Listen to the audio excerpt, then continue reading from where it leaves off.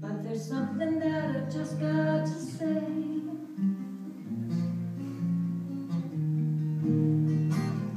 Every time I tried to tell, the words just came out wrong. So I'll have to say I love you in a song.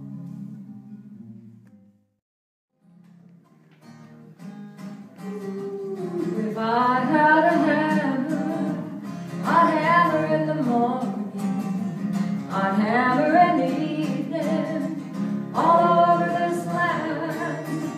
I'd hammer on danger, I'd hammer on warning, I'd hammer on love between my brothers and my sisters, all over this land.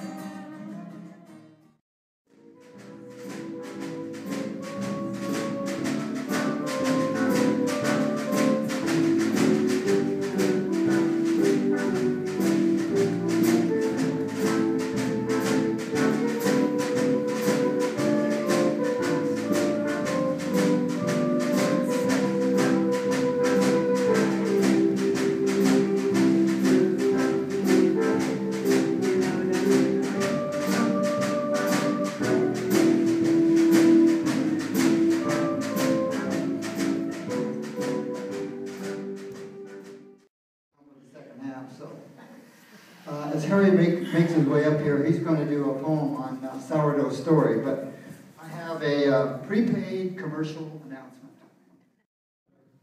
And this is a story about an old sourdough that got the pearly gate and he did some negotiating with St. Peter. It's called A Sourdough Story by Robert Service. A sourdough came to stake his claim in heaven one morning early. St. Peter cried, "Who waits outside these gates so bright and pearly?" "I'm risen dead," the sourdough said, "and crave to visit Hades, where I happen to find some pals of mine, including certain ladies." Said Peter, "Go, you old sourdough, from a life so cruelly riven, and if you fail to try and find their trail, we'll have a snoop round heaven." He waved, and lo, that old sourdough got down to hell's red spaces, and though it was hot, you couldn't spot those old familiar faces. The bedrock burned, and so he turned and climbed with footsteps fleeter the stairway straight to heaven's gate, and there, of course, stood Peter. "I cannot see my mates," says he, "among those damned forever. I have a hunch some of the bunch in heaven I'll discover." Said Peter, "True, and this I'll do, since sourdoughs are my failing. You see those guys in paradise lined up along the railing, as bald as coots in birthday suits and beards below the middle? Well, I'll allow you're in right now if you can solve a riddle. Among that gang of stiffs that hang and dot around the portals is one whose name is known to fame. It's Adam, first of mortals. For quiet's sake, he makes a break from Eve, which is his madam. Now there's the gate to crash it straight.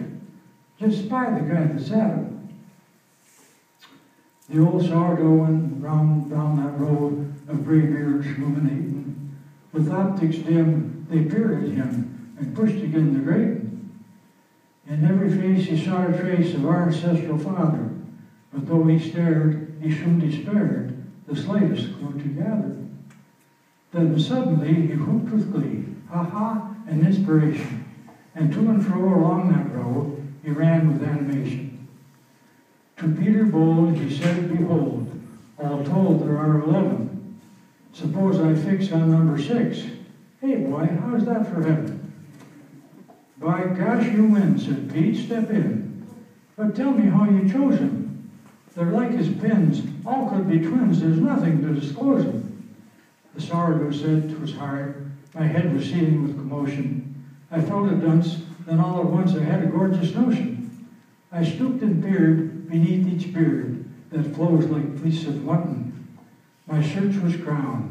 That guy I found ain't got no belly button.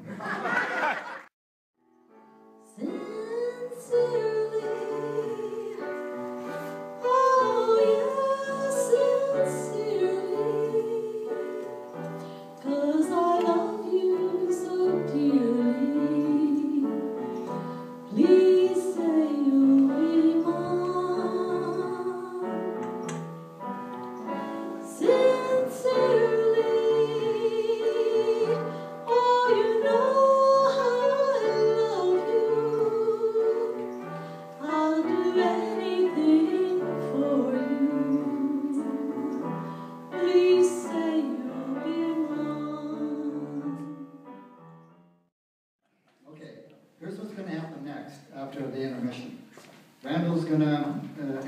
2 or 3 songs that he's going to do. And Darlene's coming back with Jerry on piano. And then Sheila's got some more renditions to do. And Harry has a poem. And then something's going to happen, but I don't know what. So.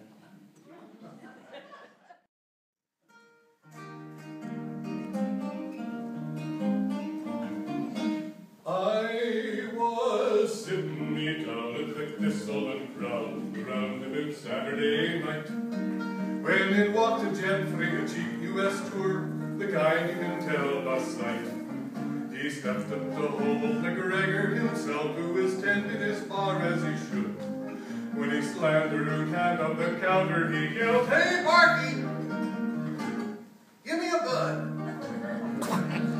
"Oh, laddie, you're drinking an old Scotland here. We have nae American brew. We've McEwans and Bass, we've Guinness and Hart, and I might mind a micro or two." The traveller then said, and still much too loud, "You don't have a bud, but up yours. Guess I'll have to make do with the second best then, so Marky, give me a Coors." Now Danny McGregor's a patient old man, and quietly he explained once again about stouts and lagers and ales, although his composure was strained. "I'm telling you, lad, we've nae not a nae Coors, nae Miller, or Red Dog or Schlitz." The American sat there ignoring it all again. He was gonna have fits. "Then give me whatever's the closest you got to American beer," he rants. McGregor then smilingly picked up a mug and strolled right over to the gents.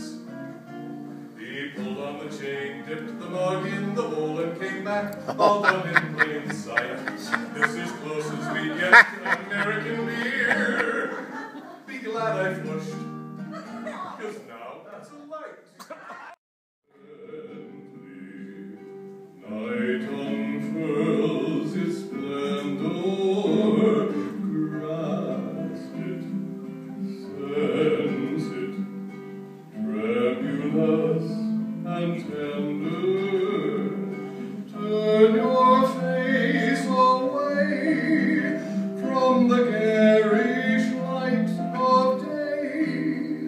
Turn your thoughts away from cold, unfeeling light,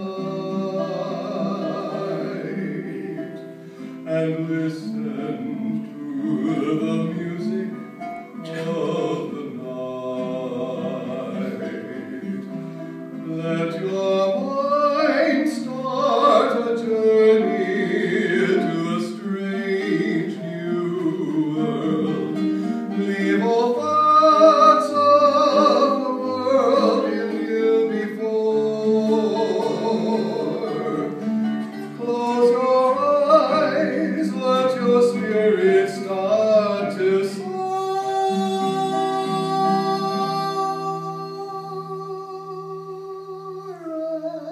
And you live as you've never lived before.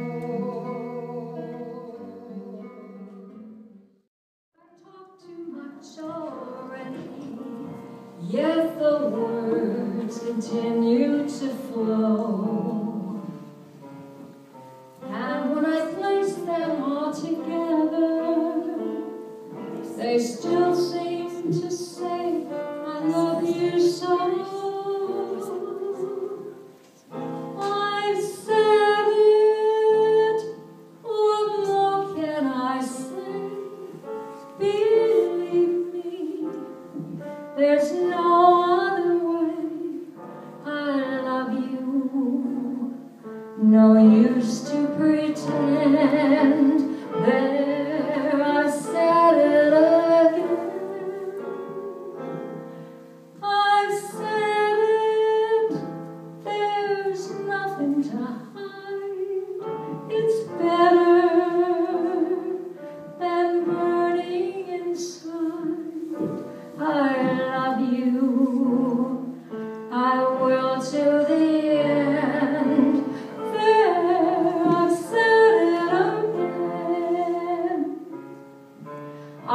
tried to drum up a phrase that would sum up all